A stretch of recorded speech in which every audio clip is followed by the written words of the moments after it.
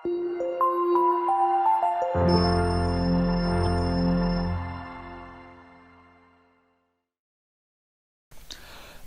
ಸ್ನೇಹಿತರೆ, ಅಮೋಘ ವರ್ಷ ಕೋಚಿಂಗ್ ಸೆಂಟರ್ ಯೂಟ್ಯೂಬ್ ಚಾನಲ್ಗೆ ನಿಮಗೆಲ್ಲ ಸ್ವಾಗತ. ಇವತ್ತಿನ ದಿನಾಂಕ 8 ಸೆಪ್ಟೆಂಬರ್ 2022. ಈ ದಿನದ ಪ್ರಮುಖವಾದಂತಹ ಕರೆಂಟ್ ಅಫೇರ್ಸ್ ಟಾಪಿಕ್ಗಳನ್ನು ಡಿಸ್ಕಸ್ ಮಾಡೋಣ. ಡಿಸ್ಕಷನ್ ಸ್ಟಾರ್ಟ್ ಮಾಡೋದಕ್ಕಿಂತ ಮುಂಚೆ ಲಾಸ್ಟ್ ಸೆಷನ್ನಲ್ಲಿ ಡಿಸ್ಕಸ್ ಮಾಡಲಾದಂತಹ ಪ್ರಶ್ನೆಯ ಸರಿಯಾದ ಉತ್ತರವನ್ನು ತಿಳಿದುಕೊಳ್ಳೋಣ. ಈ ಕಬ್ಬಿನ ಬೆಳೆಗೆ ನಿರ್ಧಾರ ಮಾಡುವಂತಹ FRP ಅಥವಾ ಫೇರ್ ಆ್ಯಂಡ್ ರೆಮ್ಯುನರೇಟಿವ್ ಪ್ರೈಸ್ ಅಂತ ಇದು ಫುಲ್ ಫಾರ್ಮ್ ಆಗಿದೆ. ನ್ಯಾಯಯುತ ಮತ್ತು ಲಾಭದಾಯಕವಾದಂತಹ ಬೆಲೆಯನ್ನು ಯಾವ ಸಂಸತ್ ಸಮಿತಿ ನಿರ್ಧಾರ ಮಾಡುತ್ತದೆ ಅಂತ ಪ್ರಶ್ನೆಯಾಗಿತ್ತು. ಆಪ್ಷನ್ಗಳಲ್ಲಿ ಆರ್ಥಿಕ ವ್ಯವಹಾರಗಳ ಕ್ಯಾಬಿನೆಟ್ ಸಮಿತಿ, ರಾಜಕೀಯ ವ್ಯವಹಾರಗಳ ಕ್ಯಾಬಿನೆಟ್ ಸಮಿತಿ ಅಥವಾ ವಸತಿಗಾಗಿ ಕ್ಯಾಬಿನೆಟ್ ಸಮಿತಿ, ಸಂಸದೀಯ ವ್ಯವಹಾರಗಳ ಕ್ಯಾಬಿನೆಟ್ ಸಮಿತಿ ಅಂತ ಇದೆ. ಸರಿಯಾದ ಉತ್ತರ ಆಪ್ಷನ್ ಎ, ಆರ್ಥಿಕ ವ್ಯವಹಾರಗಳ ಕ್ಯಾಬಿನೆಟ್ ಸಮಿತಿ ಅಥವಾ cabinet committee on economic affairs ಅನ್ನುವ ಒಂದು ಕಮಿಟಿಯಿಂದ ಈ FRP ಅನ್ನು, ಕಬ್ಬಿನ ಬೆಳೆಗೆ ನೀಡಲಾಗುವಂತಹ ನ್ಯಾಯಯುತ ಮತ್ತು ಲಾಭದಾಯಕವಾದಂತಹ ಬೆಲೆಯನ್ನು ನಿರ್ಧಾರ ಮಾಡಲಾಗುತ್ತದೆ.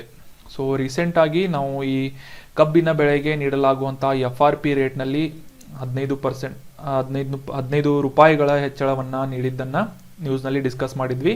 ಸೊ ಸದ್ಯಕ್ಕೆ ಪ್ರತಿ ಕ್ವಿಂಟಾಲ್ಗೆ ಮಿನಿಮಮ್ ಅಂತಂದರೆ 305 ಪ್ರತಿ ಕ್ವಿಂಟಾಲ್ಗೆ ನೀಡಬೇಕು ಅಂತ ಒಂದು ನಿರ್ಧಾರವನ್ನು ಕ್ಯಾಬಿನೆಟ್ ಕಮಿಟಿಯಿಂದ ನಿರ್ಧಾರ ಮಾಡಲಾಗಿದೆ. ಸೊ ಇದರಲ್ಲಿ ಇನ್ನೊಂದು ಸಪ್ಲಿಮೆಂಟರಿ ಕ್ವಶನ್ ಕೂಡ ಬರ್ಬೋದು. ಈ FRP ಅನ್ನು ನಿರ್ಧಾರ ಮಾಡುವಂತಹ ಕಮಿಟಿ ಯಾವುದು ಅಂತಂದರೆ cabinet committee on economic affairs ಅಂತ ಬರುತ್ತೆ. ಸೊ ಈ ಕಮಿಟಿಯ ಅಥವಾ ಈ ಸಮಿತಿಯ ಅಧ್ಯಕ್ಷತೆಯನ್ನು ಯಾರು ವಹಿಸುತ್ತಾರೆ ಅಂತ ಪ್ರಶ್ನೆ ಏನಾದರೂ ಬಂದರೆ ಅದರ ಸರಿಯಾದ ಉತ್ತರ ನಮ್ಮ ದೇಶದ ಪ್ರಧಾನಮಂತ್ರಿಗಳು ಈ ಒಂದು ಕ್ಯಾಬಿನೆಟ್ ಕಮಿಟಿ ಆನ್ ಎಕನಾಮಿಕ್ ಅಫೇರ್ಸ್ನ ಅಧ್ಯಕ್ಷತೆಯನ್ನು ವಹಿಸಿರ್ತಾರೆ. ಸೊ 2-3 ಪಾಯಿಂಟ್ಸ್ಗಳು ಇಂಪಾರ್ಟೆಂಟ್ ಆಗಿವೆ, ಇವುಗಳನ್ನು ನೋಟ್ ಮಾಡಿ ಇಟ್ಕೊಳ್ಳಿ. ಸೊ ಸರಿಯಾಗಿ ಉತ್ತರ ನೀಡಿದಂತಹ ಶ್ರೀಧರ್ ಮೂರ್ತಿ, ಬಾಬು ಇವರಿಗೆ ಕಂಗ್ರ್ಯಾಚುಲೇಷನ್ಸ್. ಇದೇ ರೀತಿ ಡಿಸ್ಕಷನ್ನಲ್ಲಿ ಭಾಗವಹಿಸ್ತಾ ಇರಿ. ಇನ್ನು ಇವತ್ತಿನ ಪ್ರಶ್ನೆಯನ್ನು ನೋಡೋಣ. ಭಾರತದ ನ್ಯಾಷನಲ್ ಟೈಗರ್ ಕನ್ಸರ್ವೇಷನ್ ಅಥಾರಿಟಿ ಅಥವಾ NTCA ಸಂಸ್ಥೆಯನ್ನು ಯಾವಾಗ ಸ್ಥಾಪಿಸಲಾಯಿತು ಅಂತ ಪ್ರಶ್ನೆ ಇದೆ. ಭಾರತೀಯ ರಾಷ್ಟ್ರೀಯ ಹುಲಿ ಸಂರಕ್ಷಣಾ ಪ್ರಾಧಿಕಾರವನ್ನು ಯಾವಾಗ ಸ್ಥಾಪನೆ ಮಾಡಲಾಯಿತು ಅಂತ ಪ್ರಶ್ನೆ ಇದ್ದು, ಆಪ್ಷನ್ಗಳಲ್ಲಿ 2004, 2005, 2006 ಅಥವಾ 2007 ಅಂತ ಇದೆ. ಸರಿಯಾದ ಉತ್ತರವನ್ನು ಆಪ್ಷನ್ಗಳೊಂದಿಗೆ ಕಮೆಂಟ್ ಬಾಕ್ಸ್ನಲ್ಲಿ ಕಮೆಂಟ್ ಮಾಡಿ. ನಾಳೆ ಇದರ ಕುರಿತಾದಂತಹ ಡೀಟೇಲ್ ಆದ ಡಿಸ್ಕಷನ್ ಮಾಡೋಣ. ನ್ಯಾಷನಲ್ ಟೈಗರ್ ಕನ್ಸರ್ವೇಷನ್ ಅಥಾರಿಟಿ ಬಗ್ಗೆ ಕೂಡ ಕೆಲವೊಂದಿಷ್ಟು ಇನ್ಫಾರ್ಮೇಷನ್ಗಳನ್ನು ಡಿಸ್ಕಸ್ ಮಾಡೋಣ. ಅಮೋಘ ವರ್ಷ ಕೋಚಿಂಗ್ ಸೆಂಟರ್ನಲ್ಲಿ ಹೊಸ PC ಮತ್ತು PSI ಬ್ಯಾಚ್ಗಳು ಪ್ರಾರಂಭವಾಗ್ತಾ ಇವೆ. ಇಂಟ್ರೆಸ್ಟ್ ಇರುವಂತಹ ಸೀರಿಯಸ್ ಆಸ್ಪಿರೆಂಟ್ಸ್ಗಳು ಈ ಕೆಳಗೆ ತಿಳಿಸಲಾದಂತಹ ಕಾಂಟ್ಯಾಕ್ಟ್ ನಂಬರನ್ನು ಸಂಪರ್ಕಿಸುವುದರ ಮೂಲಕ ಅಡ್ಮಿಷನ್ ಮಾಡ್ಕೋಬೋದು ಅಥವಾ ಡೈರೆಕ್ಟ್ ಆಗಿ ವಿಜಯನಗರದಲ್ಲಿರುವಂತಹ ಬ್ರಾಂಚ್ಗೆ ಭೇಟಿ ನೀಡುವುದರ ಮೂಲಕ ಅಡ್ಮಿಷನ್ ಮಾಡ್ಕೋಬೋದು. ಈ ವಿಷಯವನ್ನು ನಿಮ್ಮ ಫ್ರೆಂಡ್ಸ್ಗಳು ಮತ್ತು ಇಂಟ್ರೆಸ್ಟ್ ಇರುವಂತಹ ಸೀರಿಯಸ್ ಆಸ್ಪಿರೆಂಟ್ಸ್ಗಳಿಗೆ ಶೇರ್ ಮಾಡಿ ಅಂತ ಹೇಳ್ತಾ, ನಮ್ಮ ಯೂಟ್ಯೂಬ್ ಚಾನಲನ್ನು ಫಸ್ಟ್ ಟೈಮ್ ಭೇಟಿ ಮಾಡ್ತಾ ಇದ್ರೆ ಸಬ್ಸ್ಕ್ರೈಬ್ ಮಾಡಿ, ಬೆಲ್ ಐಕಾನನ್ನು ಕ್ಲಿಕ್ ಮಾಡಿ. ಇದರಿಂದ ನಾವು ಅಪ್ಲೋಡ್ ಮಾಡುವಂಥ ಎಲ್ಲ ವಿಡಿಯೋಗಳ ನೋಟಿಫಿಕೇಷನ್ಗಳನ್ನು ನೀವು ಇನ್ಸ್ಟಂಟ್ ಆಗಿ ಪಡಿಬಹುದು. ಅದೇ ರೀತಿ ಈ ಕಂಟೆಂಟನ್ನು ನಿಮ್ಮ ಇತರ ಫ್ರೆಂಡ್ಸ್ಗಳ ಜೊತೆ ಶೇರ್ ಮಾಡಿ. ನಿಮ್ಮ ಯಾವುದೇ ಕ್ವೆರೀಸ್ಗಳು, ಡೌಟ್ಸ್ಗಳು ಇದ್ದರೆ ಕಮೆಂಟ್ ಬಾಕ್ಸ್ನಲ್ಲಿ ಕಮೆಂಟ್ ಮಾಡಿ ಅಂತ ಹೇಳ್ತಾ ಇವತ್ತಿನ ಆರ್ಟಿಕಲ್ಗೆ ಸಂಬಂಧಿಸಿದಂತಹ ಮೊದಲ ಪ್ರಶ್ನೆಯನ್ನು ನೋಡೋಣ. ಈ ಕೆಳಗಿನ ಯಾವ ಸಂಸ್ಥೆಯಿಂದ UPI ಯೂನಿಫೈಡ್ ಪೇಮೆಂಟ್ ಇಂಟರ್ಫೇಸನ್ನು ನಿಯಂತ್ರಿಸಲ್ಪಡಲಾಗುತ್ತದೆ ಅಂತ ಪ್ರಶ್ನೆ ಇದೆ. UPIನ ರೆಗ್ಯುಲೇಟ್ ಮಾಡುವಂತಹ ಸಂಸ್ಥೆ ಯಾವುದು ಅಂತ ಸಿಂಪಲ್ ಆಗಿ ಅಂಡರ್ಸ್ಟ್ಯಾಂಡ್ ಮಾಡ್ಕೋಬಹುದು. ಆಪ್ಷನ್ಗಳಲ್ಲಿ NPCI, RBI, SEBI ಅಥವಾ ಹಣಕಾಸು ಸಚಿವಾಲಯ ಅಂತ ಇದೆ.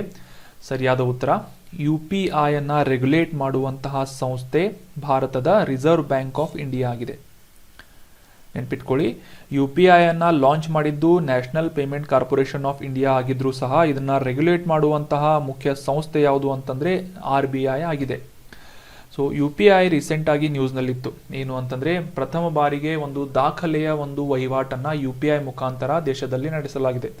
ಆಗಸ್ಟ್ ತಿಂಗಳಲ್ಲಿ ಸುಮಾರು 657 ಕೋಟಿ ರೂಪಾಯಿಗಳಷ್ಟು ಈ ಒಂದು ಟ್ರಾನ್ಸಾಕ್ಷನನ್ನು UPI ಮುಖಾಂತರ ನಡೆಸಲಾಗಿದೆ ಅಂತ national payment corporation of India ಸಂಸ್ಥೆ ಒಂದು ಡೇಟಾಗಳ ಪ್ರಕಾರ ಹೇಳಿದೆ. ಸುಮಾರು 10.73 ಲಕ್ಷ ಕೋಟಿ ರೂಗಳಷ್ಟು ವಹಿವಾಟನ್ನು ಕಂಡಿದೆ ಅಂತ ಕೂಡ ಇನ್ಫಾರ್ಮೇಷನ್ನಲ್ಲಿ ಹೇಳ್ತಾ ಇದೆ. ಸೊ 2020ರಿಂದ ಈ ಶೂನ್ಯ ಚಾರ್ಜ್ ಆಧಾರದ ಮೇಲೆ ಅಥವಾ ಝೀರೋ ಚಾರ್ಜ್ ಬೇಸ್ಡ್ ಆಗಿ ಈ ಒಂದು ಯಾವುದೇ ರೀತಿಯಾದಂತಹ ಟ್ರಾನ್ಸಾಕ್ಷನ್ಗೆ ಒಂದು ಟ್ಯಾಕ್ಸ್ ಆಗಿರ್ಬೋದು, ಯಾವುದೇ ರೀತಿಯಾದಂತಹ ಶುಲ್ಕವನ್ನು ಈ ಒಂದು ಟ್ರಾನ್ಸಾಕ್ಷನ್ಗೆ ರಿಮೂವ್ ಮಾಡಲಾಗಿತ್ತು. ಅಂದರೆ ಫ್ರೀಯಾಗಿ UPI ಟ್ರಾನ್ಸಾಕ್ಷನ್ ಮಾಡ್ಬೋದು ಅಂತ 2020ರಿಂದ ಘೋಷಣೆ ಮಾಡಲಾಗಿತ್ತು. ಸೊ ಇದರ ಒಂದು ಹಿನ್ನೆಲೆಯಲ್ಲಿ 657 ಕೋಟಿ ರೂಪಾಯಿಗಳ ಟ್ರಾನ್ಸಾಕ್ಷನನ್ನು ಆಗಸ್ಟ್ನಲ್ಲಿ UPI ಮುಖಾಂತರ ದೇಶದಾದ್ಯಂತ ಜನರಿಂದ ಮಾಡಲಾಗಿದೆ. UPI ನ್ಯೂಸ್ನಲ್ಲಿರುವುದರಿಂದ ಈ ಯೂನಿಫೈಡ್ ಪೇಮೆಂಟ್ ಇಂಟರ್ಫೇಸ್ ಅಥವಾ UPI ಬಗ್ಗೆ ಕೆಲವೊಂದಿಷ್ಟು ಇಂಪಾರ್ಟೆಂಟ್ ಮಾಹಿತಿಗಳನ್ನು ತಿಳಿದುಕೊಳ್ಳೋಣ. ಇದು ಒಂದು ಇಮಿಡಿಯೇಟ್ ಪೇಮೆಂಟ್ ಸರ್ವಿಸ್ ಅಥವಾ IMPS ಅಂತ ಇದಕ್ಕಿಂತ ಮುಂಚೆ ಇದ್ದಂತಹ ಒಂದು ಟ್ರಾನ್ಸಾಕ್ಷನ್ ಮೀಡಿಯೇಟರ್ನ ಒಂದು ಇಂಪ್ರೂವ್ಡ್ ವರ್ಷನ್ ಆಗಿದೆ, ತ್ವರಿತ ಪಾವತಿ ಸೇವೆಯಾಗಿದ್ದು ಈ ಸುಧಾರಿತವಾದಂತಹ IMPSನ ಸುಧಾರಿತವಾದಂತಹ ಒಂದು ಆವೃತ್ತಿಯಾಗಿದೆ. ಇದು ನಗದು ರಹಿತವಾದಂತಹ ಪಾವತಿಗಳನ್ನು ಅಂದರೆ ಕ್ಯಾಶ್ಲೆಸ್ ಟ್ರಾನ್ಸಾಕ್ಷನ್ಗಳನ್ನು ವೇಗವಾಗಿ, ಸುಲಭವಾಗಿ ಮತ್ತು ಸುಗಮವಾಗಿ ರೌಂಡ್ ದಿ ಕ್ಲಾಕ್ ಅಂದರೆ 24/7 ಫಂಡ್ ಟ್ರಾನ್ಸ್ಫರ್ ಮಾಡುವುದಕ್ಕೆ ಈ ಒಂದು UPI ಅನುಕೂಲವನ್ನು ಮಾಡಿಕೊಡುತ್ತೆ. ಅದೇ ರೀತಿ UPI ಎನ್ನುವುದು ಒಂದು ಬ್ಯಾಂಕ್ ಖಾತೆಗಳನ್ನು ಒಂದೇ ಅಪ್ಲಿಕೇಶನ್, ಮೊಬೈಲ್ ಅಪ್ಲಿಕೇಶನ್ಗಳ ಮುಖಾಂತರ ಟ್ರಾನ್ಸಾಕ್ಷನ್ ಮಾಡುವಂತಹ ವ್ಯವಸ್ಥೆಯನ್ನು ಕಲ್ಪಿಸುವಂತಹ ಪವರನ್ನು ಈ UPI ಮಾಡಿಕೊಡುತ್ತೆ. ಸೊ ಈ UPI-ಅನ್ನು ಲಾಂಚ್ ಮಾಡಿದ್ದು ಅಥವಾ ಪ್ರಾರಂಭ ಮಾಡಿದ್ದು national payments corporation of India NPCI ಅನ್ನುವ ಒಂದು ಪ್ರಾಧಿಕಾರದಿಂದ ಈ UPI ಯೂನಿಫೈಡ್ ಪೇಮೆಂಟ್ ಇಂಟರ್ಫೇಸನ್ನು ಲಾಂಚ್ ಮಾಡಲಾಗಿತ್ತು 2016ರಲ್ಲಿ. ಪ್ರಥಮ ಬಾರಿಗೆ 21 ಬ್ಯಾಂಕ್ಗಳ ಸಹಯೋಗದಿಂದ UPI-ಅನ್ನು NPCI-ನಿಂದ ಪ್ರಾರಂಭ ಮಾಡಲಾಗಿತ್ತು. ಸೊ ಇಂದಿನ ಉನ್ನತ UPI ಅಪ್ಲಿಕೇಶನ್ಗಳು ಯಾವುವು ಅಂತಂದರೆ ನಾವೆಲ್ಲ ರೆಗ್ಯುಲರ್ ಆಗಿ ಬಳಸುವಂತಹ ಫೋನ್ಪೇ ಆಗಿರ್ಬೋದು, ಪೇಟಿಎಮ್ ಆಗಿರ್ಬೋದು, ಗೂಗಲ್ ಪೇ, ಅಮೆಜಾನ್ ಪೇ ಅಥವಾ ಭಾರತದ ದೇಶೀಯವಾಗಿ ಡೆವಲಪ್ ಮಾಡಲಾದಂತಹ ಭಾರತ್ ಇಂಟರ್ಫೇಸ್ ಫಾರ್ ಮನಿ ಅಥವಾ ಭೀಮ್ ಅನ್ನುವ ಅಪ್ಲಿಕೇಶನ್ಗಳು ಕೂಡ UPI-ನ ಒಂದು ಬಳಸಿಕೊಂಡು ಕೆಲಸ ಮಾಡುವಂತಹ, ಟ್ರಾನ್ಸಾಕ್ಷನ್ ಮಾಡುವಂತಹ ಒಂದು ಅಪ್ಲಿಕೇಶನ್ಗಳಾಗಿವೆ. ಸೊ ಇದರಲ್ಲಿ ಸಪ್ಲಿಮೆಂಟರಿ ಕ್ವಶನ್ ಕೇಳ್ತೇನೆ. ಈ NPCI-ನಿಂದ UPI-ಅನ್ನು 2016ರಲ್ಲಿ ಲಾಂಚ್ ಮಾಡಲಾಗಿತ್ತು ಅಂತ ನಾವು ತಿಳ್ಕೊಂಡ್ವಿ. ಅದೇ ರೀತಿ NPCI ಅಂದರೆ ನ್ಯಾಷನಲ್ ಪೇಮೆಂಟ್ ಕಾರ್ಪೊರೇಷನನ್ನು ಯಾವ ವರ್ಷ ಸ್ಥಾಪನೆ ಮಾಡಲಾಗಿತ್ತು ಅಂತ ಕಮೆಂಟ್ ಬಾಕ್ಸ್ನಲ್ಲಿ ಕಮೆಂಟ್ ಮಾಡಿ. ನಾಳೆ ಇದರ ಕರೆಕ್ಟ್ ಆನ್ಸರನ್ನು ತಿಳ್ಕೊಳ್ಳೋಣ. ಮುಂದಿನ ಪ್ರಶ್ನೆಯನ್ನು ನೋಡೋದಾದರೆ, ಕರ್ನಾಟಕದ ಪುಣ್ಯಕೋಟಿ ದತ್ತು ಯೋಜನೆ ಇದರ ಬ್ರ್ಯಾಂಡ್ ಅಂಬಾಸೆಡರ್ ಆಗಿ ನೂತನವಾಗಿ ಯಾರನ್ನ ನೇಮಕ ಮಾಡಲಾಗಿದೆ ಅಂತ ಪ್ರಶ್ನೆ ಇದೆ.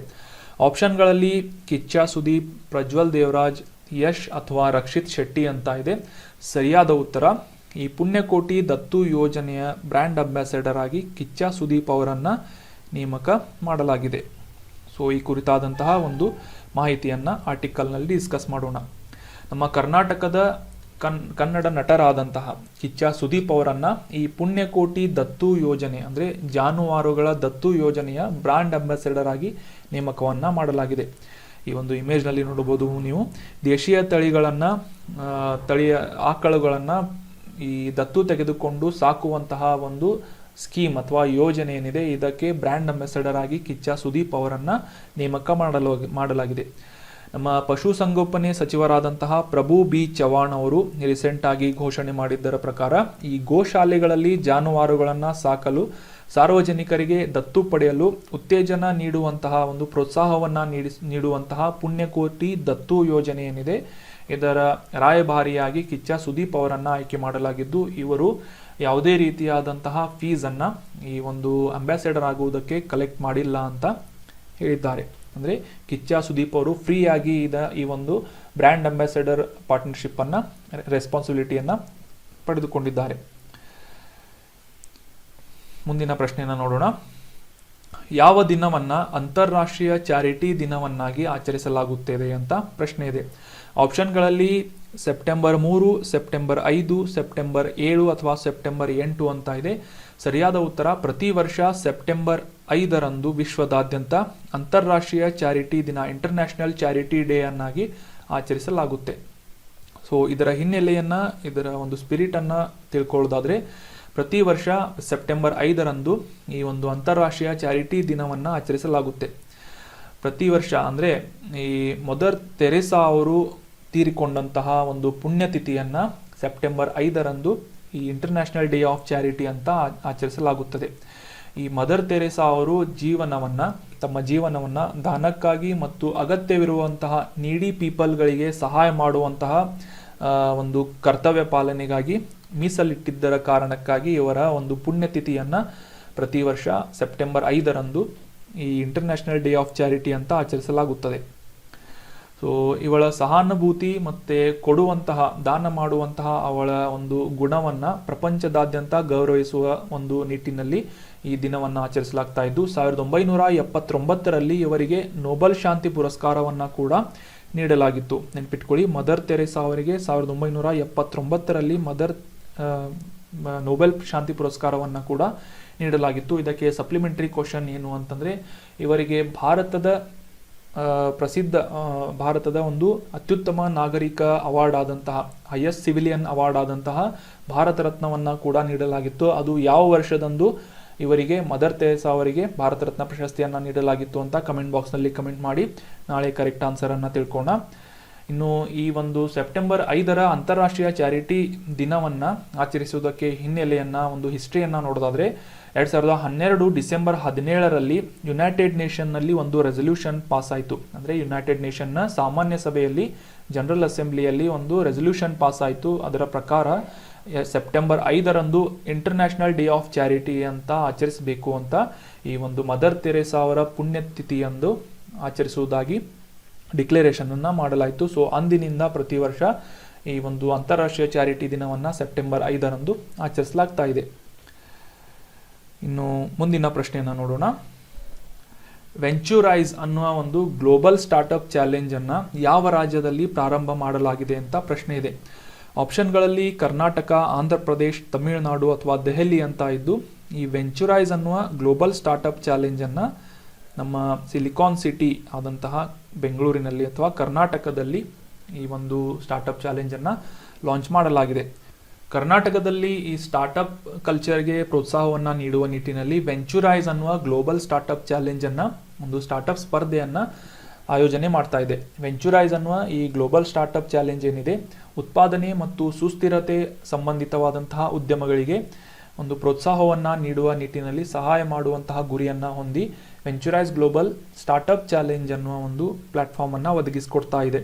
ಸೊ ಈ ಒಂದು ವೇದಿಕೆಯಲ್ಲಿ ಪ್ರಪಂಚದಾದ್ಯಂತ ಇರುವಂತಹ ಈ ಬಿಸ್ನೆಸ್ ಓನರ್ಗಳು ಮತ್ತು ಅತ್ಯಾಧುನಿಕ ಸರಕುಗಳು, ಪರಿಹಾರಗಳನ್ನು ಒದಗಿಸುವಂತಹ ಒಬ್ಬ ಐಡಿಯಾವನ್ನು ಹೊಂದಿದಂತಹ ಸ್ಟಾರ್ಟ್ಅಪ್ ಕಂಪನಿಯವರಿಗೆ ಈ ಒಂದು ಹೂಡಿಕೆಯನ್ನು ಆಕರ್ಷಿಸುವ ನಿಟ್ಟಿನಲ್ಲಿ ಈ ಒಂದು ಕನೆಕ್ಷನನ್ನು, ಅಂದರೆ ಈ ಇನ್ವೆಸ್ಟ್ಮೆಂಟ್ ಮಾಡುವವರು ಮತ್ತು ಈ ಒಂದು ಐಡಿಯಾವನ್ನು ಹೊಂದಿದಂತಹ ಉದ್ಯಮಿಗಳಿಗೆ ಒಂದು ಕನೆಕ್ಷನನ್ನು ಪ್ರೊವೈಡ್ ಮಾಡುವಂತಹ ಪ್ಲ್ಯಾಟ್ಫಾರ್ಮನ್ನು ಈ ವೆಂಚೂರೈಸ್ ಗ್ಲೋಬಲ್ ಸ್ಟಾರ್ಟ್ಅಪ್ ಚಾಲೆಂಜ್ ಅನ್ನುವ ಒಂದು ವೇದಿಕೆ ಮುಖಾಂತರ ಕರ್ನಾಟಕ ಸರ್ಕಾರ ಮಾಡಿಕೊಡ್ತಾ ಇದೆ.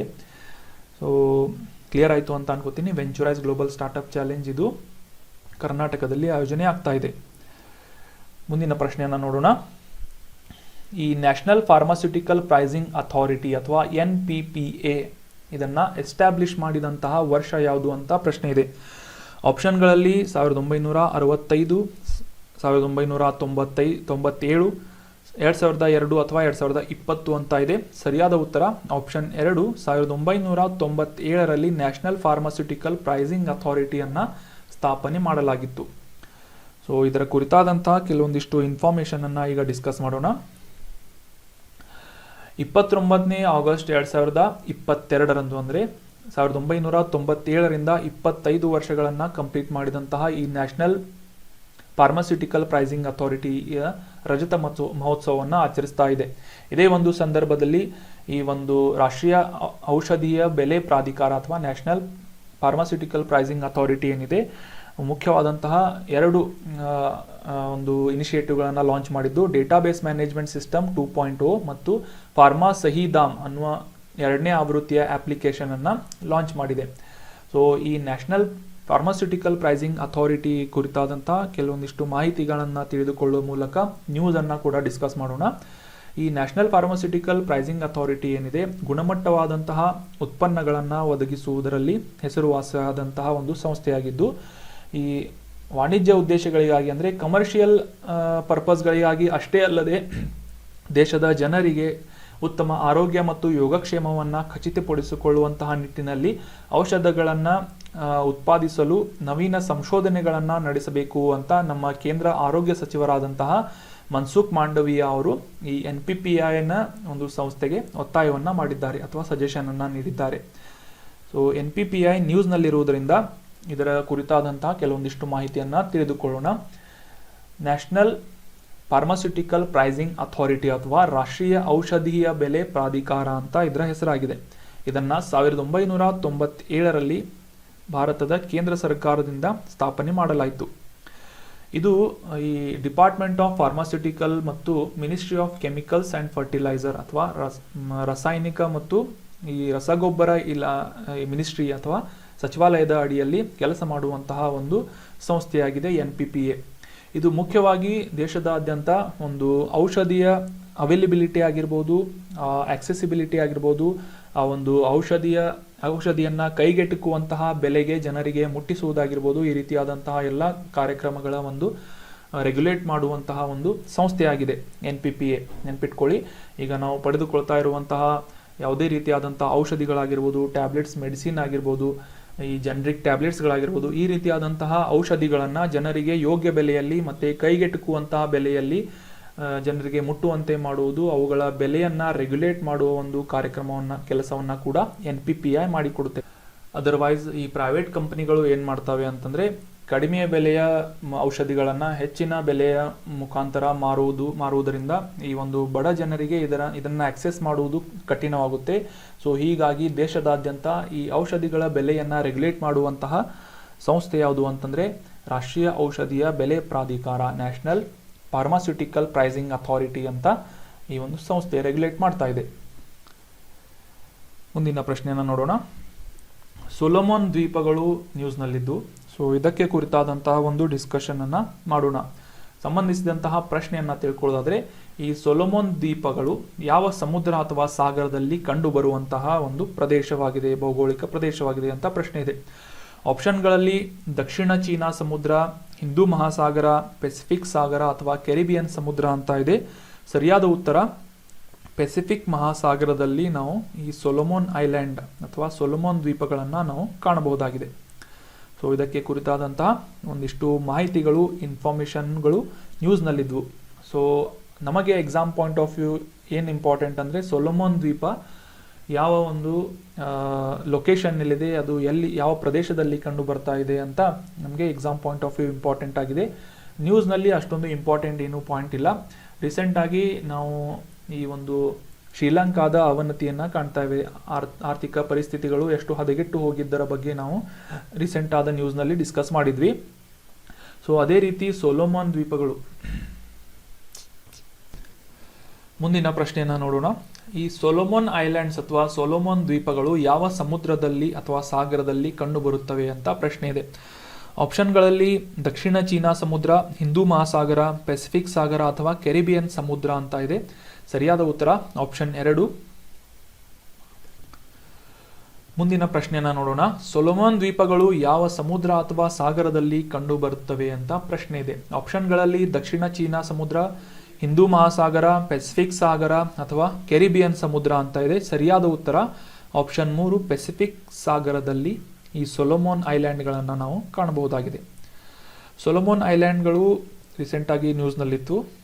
ಸೊ ನ್ಯೂಸ್ಗಿಂತ ನಮಗೆ ಇಂಪಾರ್ಟೆಂಟ್ ಆಗಿರೋದು ಅಂತಂದರೆ ಸೊಲೊಮನ್ ದ್ವೀಪಗಳು ಯಾವ ಲೊಕೇಶನ್ನಲ್ಲಿ ಕಂಡು ಬರ್ತವೆ ಅಂತ. ಸೊ ನ್ಯೂಸನ್ನು ಕೂಡ ಸ್ವಲ್ಪ ಕಾಂಟೆಕ್ಸ್ಟನ್ನು ಅಂಡರ್ಸ್ಟ್ಯಾಂಡ್ ಮಾಡ್ಕೊಳ್ಳೋಣ.